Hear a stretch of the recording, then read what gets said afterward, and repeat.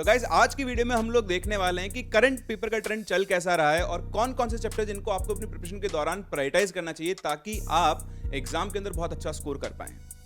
तो सर एक बात बताइए, ये एनालिसिस करने की अपने को रिक्वायरमेंट ही क्या है? मतलब एनसीईआरटी का ऑर्डर फॉलो कर लेते हैं या बिल्कुल डायरेक्टली जो चल रहा है वो चलते रहने देते हैं? तो स्मार्ट वर्क पे कुछ असर पड़ेगा क्या? मतलब क्यों करना चाहिए? नहीं मतलब अगर हम रेगुलर ट्रेंड को फॉलो करते हैं वो रैंडम ट्रेंड होता है, मतलब रैंडम ऑर्डर होता है और फिर रैंडम अगर काम करें तो रिजल्ट भी रैंडम ही आते हैं। तो एनालिसिस का अपना बहुत इंपॉर्टेंस होता है। अगर आप चीज़ों को एनालाइज करके और प्रायोरिटाइज करोगे तो उसका बहुत ज़्यादा मतलब आपकी जो स्टडीज़ हैं, जो आपका रिजल्ट है, उसका बहुत ज़्यादा इफेक्टिव उसका मतलब फ़ायदा होता है, उसका बहुत ज़्यादा फ़ायदा होता है आपको जब चीज़ों को बहुत प्रॉपरली एनालाइज करते हो। तो जैसे हम लोगों ने हमेशा बात की कि अगर हमारे पास कोई प्लान है और उस प्लान को हम फॉलो कर रहे हैं तरीके से तो रिजल्ट बहुत ही एक्स्ट्राऑर्डिनरी रिजल्ट्स आपको मिलते हैं। और अगर रैंडम चलते रहेंगे तो फिर रिजल्ट्स भी रैंडम ही होते हैं, जो अभी तक होता भी आया है टेस्ट के अंदर। तो ये बहुत इंपॉर्टेंट है कि हम करंट ट्रेंड को एनालाइज करें और आज हम आपको यही सिखाने वाले हैं कि कैसे हम लोग करंट ट्रेंड को एनालाइज करके चैप्टर्स को प्रायोरिटाइज कर सकते हैं और अपनी जो प्रिपरेशन है उसको एक नेक्स्ट लेवल के ऊपर ले जा सकते हैं। इसमें मैं एक और पॉइंट सर ऐड करना चाहूँगा कि जैसे कि मान लीजिए कोई स्टूडेंट है और वो ये प्रायोरिटाइज नहीं करता है, ठीक है, और वो रैंडमली चैप्टर्स को करता है, तो मान लीजिए उसने एंड टाइम पे बहुत ही कोई बड़ा चैप्टर पकड़ लिया और जिसकी वेटेज तो नॉर्मल है लेकिन चैप्टर बहुत बड़ा और डिफिकल्ट है, तो पता लगे वो उसी चैप्टर में फंसा रह गया। और एक दूसरा स्टूडेंट है जिसने सही से एनालाइज किया, स्मार्ट वर्क किया और उन छोटे चैप्टर्स को प्रायोरिटाइज किया जिसकी वेटेज अच्छी है। तो दोनों मेहनत इक्वल कर रहे हैं, लेकिन स्मार्ट वर्क कौन कर रहा है? दूसरे वाला स्टूडेंट है। तो बस वही आज हम करने वाले हैं, ठीक है। तो इसमें अब सबसे पहले प्रिंस सर और मैं दोनों मिलके आपको बताएंगे कि कैसे प्रायोरिटाइज करना किस तरीके से। जैसे सर अगर खुद प्रायोरिटाइज करते तो कैसे करते, क्योंकि देखो प्रायोरिटाइज कर लो ये कहना तो बहुत आसान है, पर कैसे करना है, व्हाट इज द वे। क्योंकि देखो आपके साथ डॉक्यूमेंट हम शेयर कर चुके हैं एनालिसिस का ऑलरेडी, ठीक है। हाँ, डॉक्यूमेंट आपने देख ही लिया होगा। तो अब उसमें केमिस्ट्री में जैसे हम बता देंगे आपको एक एक करके कि भाई प्रायोरिटाइज किस बेसिस पे करना है। तो प्रिंस सर बताएंगे सबसे पहले। तो उससे पहले हम लोग ट्रेंड देख लें। टेबल आपके पास आ चुकी है, ये पूरा हमने आपको अच्छे से एनालाइज करके दिया है। यहाँ आपको बिल्कुल भी मेहनत नहीं करनी है, ठीक है। फिजिक्स का है और जैसे हम केमिस्ट्री का आपको एनालाइज करके बताएंगे एग्जैक्टली उसी ऑर्डर में आप फिजिक्स और मैथ्स के लिए भी चीज़ों को प्रायोरिटाइज कर सकते हैं, ठीक। तो ये देखें, ये आपके पास फिजिकल और इनऑर्गेनिक की टेबल है और अगर आप पहले इसको अच्छे से देखें, जैसे हम यहाँ पे देखें मूल कंसेप्ट में 18 क्वेश्चंस आए, ये 2020 का एनालिसिस सारे पेपर्स का, ठीक है। स्टेट्स ऑफ मैटर से 10 क्वेश्चन है, एटॉमिक स्टेट से 14 क्वेश्चन है, थर्मोडायनेमिक्स जो बहुत इंपॉर्टेंट चैप्टर होता है उससे सिर्फ 11 क्वेश्चन है। सारे पेपर्स के मिला के 11 क्वेश्चन है।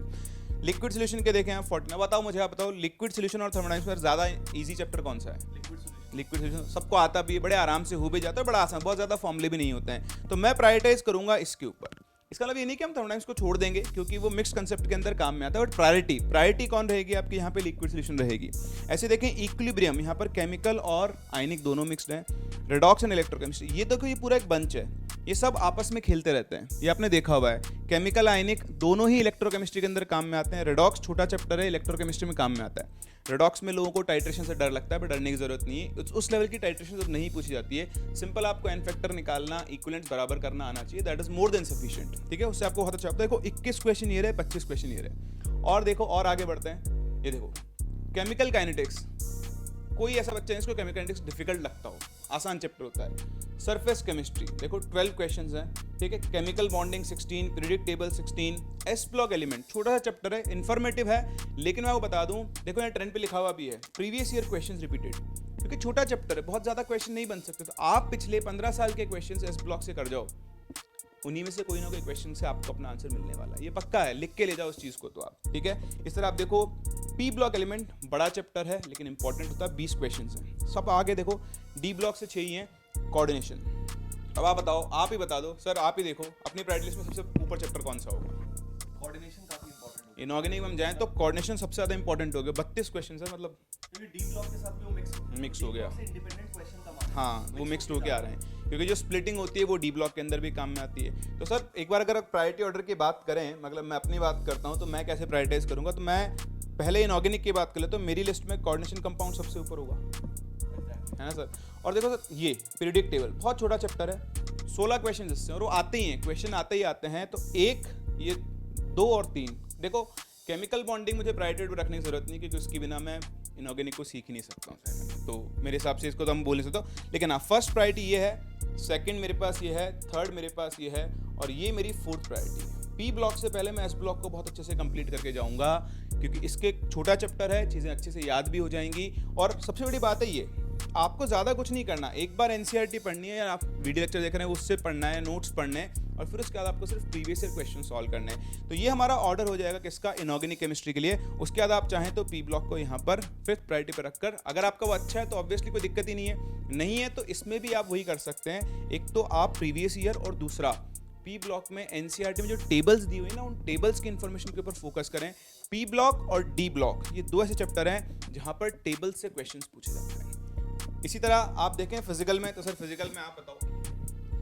फिजिकल केमिस्ट्री में वैसे तो सर आपने बता ही दिया, मतलब ऑलमोस्ट, हाँ, लेकिन स्टिल मतलब आप आई थिंक आपने ऑलरेडी बता ही दिया कि जो थर्मो है और लिक्विड सॉल्यूशंस है, तो लिक्विड सॉल्यूशन को रिलेटिवली ज़्यादा प्रायोरिटी दी जाएगी। थर्मोडायनेमिक्स अगर आपको डर लगता है फॉर एग्जांपल, तो ऐसे केस में इसके जो बेसिक्स हैं, जैसे फर्स्ट लॉ हो गया, सेकंड लॉ हो गया, बेसिक अपने को फॉर्मूला बेस एटलीस्ट पता होना चाहिए। बहुत डीप में अगर नहीं पता है, एडवांस लेवल का नहीं पता है, तो बेसिक पता होना चाहिए, क्योंकि उसका यूज़ आने वाला है आगे जाके। बेसिक लेवल पे इलेक्ट्रो में भी यूज़ होगा, इक्विलिब्रियम में यूज़ होगा, तो बेसिक आपको आना चाहिए। इनफैक्ट मिक्सिंग के जो क्वेश्चन आते हैं, जैसे इक्विलिब्रियम में और इलेक्ट्रो में जो मिक्स होके जो क्वेश्चन आते हैं, उनमें हमेशा ज़्यादा प्रायोरिटी रहती है, उस तरह के क्वेश्चंस भी ज़्यादा करो। अब मैं एक बात आपके साथ ज़रूर शेयर करना चाहूँगा कि जैसे एक प्रायोरिटी का तरीका सर ने बताया, ठीक है, हमने खुद ने आपको डिसाइड करके नहीं बताया कि आप ये कर लो, हमने आपको आइडिया दिया कि भाई इस तरीके से आपको करना चाहिए। क्यों? क्योंकि हो सकता है कि आपका कोई चैप्टर ऑलरेडी काफ़ी स्ट्रांग हो सकता है कोई चैप्टर आपको डिफिकल्ट लगता हो, हमने उसको आसान बोल दिया, ठीक है, तो सबकी अपनी अपनी परसेप्शन हो सकती है ना। तो उसी बेसिस पे आपको अपना प्रायोरिटी ऑर्डर डिसाइड करना है कि भाई मेरे लिए इस समय पे सबसे सही प्रायोरिटी किसकी रहने वाली है, उस तरीके से आपको प्रायोरिटाइज करना है। सर ऑर्गेनिक केमिस्ट्री का भी इसमें होगा? हाँ, अब देखो ऑर्गेनिक केमिस्ट्री का मैं आपको थोड़ा आइडिया देता हूँ कि क्या फंडा क्या रहता है। देखो जेईई मेन में अगर आजकल की बात करें तो डायरेक्ट क्वेश्चन किसी गिवन चैप्टर से अब कम आते हैं, ठीक है, खासकर रिएक्शन की अगर बात करें तो वो 2 चैप्टर 3 चैप्टर को मिक्स करते हैं। तो एग्जैक्टली मैं ऐसे नहीं बोल सकता कि हाइड्रोकार्बन, जैसे इसमें लिख तो दिया है हाइड्रोकार्बन के 12 क्वेश्चन, पर ऐसा जरूरी नहीं कि उसमें एक्सक्लूसिवली हाइड्रोकार्बन ही हो सकता है उसमें ये एल्काइल हैलाइड एल्कोहल ईथर भी हो। लेकिन स्टिल अगर रिएक्शन से आपको घबराहट होती है तो ऐसे केस में जो ये पहले 2 पार्ट हैं, hydrocarbon, alkyl halide alcohol and ether, यानी मतलब जो अपना क्लास 12 में बेसिकली अपन स्टार्टिंग में पढ़ते हैं, अगर आपको रिएक्शन से डर लगता है तो मैं इनको प्रायोरिटाइज करूंगा सबसे पहले, जो ये है, क्योंकि मेजॉरिटी क्वेश्चन, काफी क्वेश्चन इससे आ जाएंगे, समझ रहे हो आप सभी। उसके अलावा अगर जीओसी, आइसोमेरिज्म, आईपीएससी की बात करें, ठीक है, आईपीएससी से रेयरली क्वेश्चन आता है, तो आईपीएससी मतलब मैं ऑब्वियसली प्रायोरिटाइज नहीं करूंगा, बेसिक लेवल पे आना चाहिए, क्योंकि आईपीएससी का यूज आता है। इतना तो आता है, जो एग्जाम में आता है उतना बच्चों को आता है। बस उसमें कॉमन नेम्स में कई बार दिक्कत आती है, मतलब कॉमन नेम्स उनको याद नहीं रहते, और कई बार आईपीएससी में बहुत डीप में सोचने लग जाते हैं कि यार एनहाइड्राइड का भी नेमिंग कैसे होगा। तो कोई बच्चा अगर आईपीएससी पे इस समय पे स्पायरो, बाइसाइक्लो जो सिलेबस में भी नहीं है वो कर रहा है, तो वो तो बहुत कमाल का प्राणी है ठीक है ना, बहुत ही बड़े वाला है। तो उस तरह से आपको डिस्ट्रैक्ट बिल्कुल नहीं होना है। उसके अलावा जैसे जीओसी की बात करें तो जीओसी में मेनली देखो, आपने देखा होगा एनसीईआरटी में जीओसी टाइप से डायरेक्टली कोई चैप्टर नहीं होता, ठीक है, उसमें जो क्वेश्चन आते हैं असल में वो एसिडिक स्ट्रेंथ और बेसिक स्ट्रेंथ से आते हैं। उसके अलावा बाकी टॉपिक से भी आते हैं, जैसे कि फॉर एग्जांपल एरोमेटिसिटी से आएगा, रेजोनेंस से आएगा। लेकिन मेन बात ये है कि जो बेसिक स्ट्रेंथ वाला चैप्टर है, बेसिक स्ट्रेंथ बहुत इंपॉर्टेंट है, और बेसिक स्ट्रेंथ जो होता है वो अमाइंस में आता है एक्चुअली, तो अमाइंस का हिस्सा है देखा जाए तो जीओसी में सबसे important basic strength, acidic strength, basic strength ज्यादा इंपॉर्टेंट है इनफैक्ट एसिडिक स्ट्रेंथ से। एसिडिक स्ट्रेंथ एनसीईआरटी में एसिड डेरिवेटिव्स वाले चैप्टर में हमारा जो ऑक्सीजन कंटेनिंग कंपाउंड्स है उसमें दिया हुआ है, तो जीओसी एनसीईआरटी में तो फ्रेगमेंटेड है। लेकिन आप समझ रहे हो ना, अब इसमें अननेसेसरी कंसेप्ट्स जो होते हैं, जैसे कि स्टेरिक इनहिबिशन ऑफ रेजोनेंस हो गया, एसआईपी हो गया, ब्रेड्स रूल हो गया, बहुत सारी ऐसी चीज़ें हैं, तो आपको उनसे दूर रहना है ताकि आपकी तैयारी काफ़ी फोकस्ड रहे। लेकिन जहाँ तक अगर हम प्रायोरिटाइजेशन की बात करें तो यहाँ पे आपको मतलब जो बेसिक्स हैं वो आने चाहिए, क्योंकि देखो इनसे क्वेश्चंस तो आते ही है, जीओसी से आपने देखा है काफ़ी क्वेश्चंस आते हैं, ठीक है ना।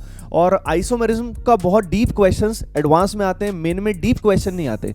स्टीरियोकेमिस्ट्री बहुत डीप में नहीं आती, जैसे कि मैं थोड़ा आपको आइडिया देता हूँ, जैसे कि ऑप्टिकल आइसोमेरिज्म है, कायरलिटी है, ठीक है, एनाइसोमर, डायस्ट्यूमर के बेसिक्स आते हैं। लेकिन axis of symmetry, alternate axis of symmetry बहुत डीप में क्वेश्चंस नहीं आते, तो वो एडवांस लेवल पे ही आपको करना चाहिए। और अगर रिएक्शंस में आपको डर लगता है तो इन पे प्रायोरिटाइज आपको पहले चैप्टर्स पे करना चाहिए। अगर आपको ऑर्गेनिक से डर लगता है तब, नहीं तो ऑर्गेनिक में एवरीथिंग इज लिंक्ड, जुड़ा हुआ है, सब कुछ कनेक्टेड है। अगर आपको ये चीज़ें नहीं आएंगी तो आगे वाली समझने में दिक्कत आएगी, तो सब कुछ बहुत ज़्यादा कनेक्टेड है। लेकिन अगर स्टिल किसी का वीक है तो मैं रिकमेंड करूंगा कि भाई ये बेसिक लेवल पे कर ले, और ये भी एनसीईआरटी से लाइन टू लाइन बहुत अच्छे से कर ले, प्लस प्रैक्टिस बहुत ज़्यादा इंपॉर्टेंट है। उसके अलावा ये जो पर्टिकुलर चैप्टर्स हैं, जैसे for example came in everyday life हो गया, पॉलीमर्स हो गया, अब ये कईयों को डिफिकल्ट लगता है, कईयों को ईजी लगता है। जैसे केम इन एवरीडे लाइफ है, अब इससे क्वेश्चन आ गए थे, डायरेक्टली मेमोरी बेस्ड क्वेश्चन आ गए थे, ठीक है। अब जिसकी मेमोरी पावर अच्छी है फॉर एग्जाम्पल, तो उसके लिए चैप्टर बहुत सही रहेगा, लेकिन जिसको याद करना डिफिकल्ट लगता है तो उसके लिए यही चैप्टर बहुत डिफिकल्ट हो जाएगा। जिनको याद करना डिफिकल्ट लगता है ना, उनको एक सजेशन दूंगा मैं, आप कुछ मत करो। आपको जो लगता है ना कि इन्फॉर्मेटिव चैप्टर आपको याद नहीं होता, तो एक तो आप छोड़ के जा रहे हो, छोड़ के मत जाओ। उसका एक चांस ऐसे लो कि आप उसके पिछले 15 साल के क्वेश्चंस कर लो, बस प्रीवियस ईयर जेई नीट 15 साल के क्वेश्चन कर जाओ। मैं आपको गारंटी दे रहा हूँ 90% आप उसका क्वेश्चन करके आओगे। छोड़ के जाना इज नॉट अ सोल्यूशन। आपको लगता है आप याद नहीं रख सकते, कोई बात नहीं, मत याद रखो। आप प्रीवियस ईयर क्वेश्चंस उठाओ, पढ़ो, आपको नहीं आता ना, उस टॉपिक को ढूंढ के वहाँ से पढ़ के टिक कर दो। इतना सा कर दो बस, आप चाहे एक ही बार कर जाओ, मैं आपको फिर भी गारंटी दे रहा हूँ 50% टाइम्स आप उसको सही करके आने वाले हो। तो अगर आपको ऐसा लगता है तो आप ऐसा कर सकते हो, ठीक है। फिजिकल के बारे में थोड़ी सी बात मैं और बता दूँ डिटेल में आपको। जैसे आप देखें, हमने भी डिस्कस की थी इस बात को कि सरफेस केमिस्ट्री आप देखो और केमिकल काइनेटिक्स, तो कैसे 12 क्वेश्चंस हैं और आप सभी जानते हो सरफेस रिलेटिवली आसान है। हाँ, थियोरेटिकल, पूरा थियोरेटिकल नहीं, लॉजिकल है, थोड़ा बहुत पढ़ से कॉलोइड्स के नाम याद रखना। वो टेबल जो दी है ना, उसको बहुत अच्छे से याद रख लो, प्रैक्टिकल एग्जांपल्स के थ्रू उनसे क्वेश्चंस आते ही आते हैं। और अगेन, अगर आप सरफेस अच्छे से नहीं कर पाए हैं तो वही प्रीवियस ईयर जो भी इंफॉर्मेटिव चैप्टर है आप उसमें काम कर लो, अपनी नैया आराम से पार होने वाली है। तो ये हमारा ऑर्डर था प्रायोरिटीज़ का। अब आपको खुद के लिए कैसे प्रायोरिटाइज करना है वो हम लोग आपसे डिस्कस करना शुरू करें। तो सर, कैसे प्रायोरिटाइज करेगा एक स्टूडेंट? अब एक्चुअली हम उनको एक शीट प्रोवाइड करेंगे, टास्क शीट टाइप से प्रोवाइड करेंगे, जैसे हमने यस एग्जैक्टली। तो एक टास्क शीट हम आपको प्रोवाइड करेंगे, और जो टास्क शीट है उसके अंदर क्या होगा, उसके अंदर बेसिकली कुछ चैप्टर्स आपने कवर कर रखे होंगे, मतलब उसमें आप प्रायोरिटी ऑर्डर हर सब्जेक्ट का लिखेंगे, ठीक है ना। उसमें हम आपको बताया था फॉर्मेट कैसा होगा। एग्जैक्टली, पहला आपका कॉलम होगा, वो होगा आपका प्रायोरिटी, क्या priority of the chapters, priority of chapters, ये आपका पहला कॉलम होगा। तो आपको काम कैसे करना है, ठीक है। तो आपको क्या करना है, अपने हिसाब से आपको जो लगता है कि यार मेरा ये प्रायोरिटी ऑर्डर होना चाहिए, जो आपने क्वेश्चंस देखे उसको आराम से बैठ, इसको आपको आधा घंटा दो बैठ के आराम से एनालाइज करो कि ये चैप्टर इंपॉर्टेंट है आपके हिसाब से, हमारे हिसाब से नहीं। हमने तो बता ही दिया आपको, अब आप कैसे एनालाइज करोगे सिखा दिया, अब आपको एनालाइज खुद करना है, ठीक है। इतना काम करना है। यहाँ पे आपकी लिस्ट बन जाएगी 1 2 3 एंड सो ऑन, ठीक है। अब आप इसमें आपको कॉलम मिलेंगे, पहला आपको मिलेगा कंप्लीटेड, यानी ये वो चैप्टर्स हैं, ये आपको सब्जेक्ट वाइज बनाने पड़ेंगे, मतलब आपको 5 प्रिंट आउट निकालने पड़ेंगे, physics, maths, PC, IUC and OC, ठीक है। यहाँ पे आप कंप्लीट चैप्टर्स लिखोगे, या फिर ऐसा कर लोगे, लिस्टिंग हो गई है, जो चैप्टर कंप्लीट है उसमें आप टिक करते जाओगे। फिर सेकंड कॉलम आपका होगा पार्शियली कंप्लीटेड, ठीक है, और लास्ट आपका होगा नॉट कंप्लीटेड। ये आपके पास 3 कॉलम्स होंगे, ठीक है। बिल्कुल ऑनेस्टली इसको आप बनाएं, और लास्ट में जब ये पूरी कंप्लीट हो जाए चेक करें कि नॉट कंप्लीटेड में क्या कोई ऐसा चैप्टर है जो छोटा है, इजी है, और जिसकी एग्जाम के अंदर वेटेज क्या है, ज़्यादा है। अगर ऐसा है तो आपको उसको यहाँ से स्विच करवा के यहाँ पे लेकर आना है, ये आपका टास्क है। बिल्कुल सर, ये भी है। और इसमें सबसे पहले मैं कहूँगा कि जैसे कंप्लीटेड में आप उन्हीं को करिएगा जिसमें आपका पूरा कॉन्फिडेंस है। जैसे मान लो कई चैप्टर्स आपने कर लिए लेकिन क्वेश्चन तो हो नहीं रहे, तो फिर ऐसे केस में उसको पार्शियली में ले जाना, उसको आप कंप्लीटेड में मत करना, ठीक है ना। तो फॉर्मेलिटी पूरी नहीं करनी। कंप्लीटेड का वही है कि मतलब कंप्लीटेड से आपका मतलब ये है कि कोई भी नया क्वेश्चन आप मेजॉरिटी क्वेश्चंस कर पा रहे हो जो जेईई मेन लेवल के, और प्रीवियस ईयर क्वेश्चन बहुत कंफर्टेबली आप कर पा रहे हो, इसका मतलब वो कंप्लीट हो चुका है। तो उसमें तो आपको प्रैक्टिस करनी है, रिवीजन करनी है, दैट इज इनफ, ठीक है। उससे काम तुम्हारा हो जाएगा, यानी इसी में भी घुसे रहने का कोई फायदा नहीं है। इसको बस रिवाइज करो, ठीक है, अच्छे से प्रैक्टिस करते रहो। अब जो ये पार्शियली कवर्ड है, जैसे पार्शियली कवर्ड है, क्योंकि पार्शियली जो कवर्ड आपने किया हुआ है ऑलरेडी, सबसे पहले इसको अपने को यहाँ ले जाना चाहिए। जैसे सर ने बताया कि ये तो लेके ही जाना है, ठीक है, इसमें जो छोटे चैप्टर्स हैं, पर उसके अलावा सबसे पहले पार्शियली को इसमें कन्वर्ट करना सबसे आसान है। पता लगे पार्शियली में जो छोटे चैप्टर्स हैं उनको सबसे पहले हमने कर लिया, और तो वो खट इसमें जाएंगे और अपना कॉन्फिडेंस बढ़ेगा, ठीक है। तो इससे अपने को पता लग जाएगा कि हमें प्रायोरिटाइज किस चीज को करना है। मेरे हिसाब से टेबल बनाते बनाते कॉन्फिडेंस बढ़ जाएगा। एग्जैक्टली। और एक और चीज सर, कि जो कंप्लीटेड है, जो पार्शियली कवर्ड है, जैसे ये तो प्रायोरिटी हो गया पूरा ओवरऑल, और कंप्लीटेड पार्शियली, और इसमें भी प्रायोरिटाइज ही करना पड़ेगा इनको। तो ये भी प्रायोरिटी में रहेगा तो आसान रहेगा कि हमारी प्रायोरिटी लिस्ट होगी पूरी कि हमें इनको पहले करना है, जो ऊपर ऊपर है उनको पहले करना है, और ये तो हो ही चुके हैं। तो फोकस अपने को करना पड़ेगा पार्शियली पे एंड नॉट कंप्लीटेड पे। तो इसमें जो ऊपर ऊपर है सबसे पहले उनको इधर लेके आओ, उनको इधर लेके आओ, बस।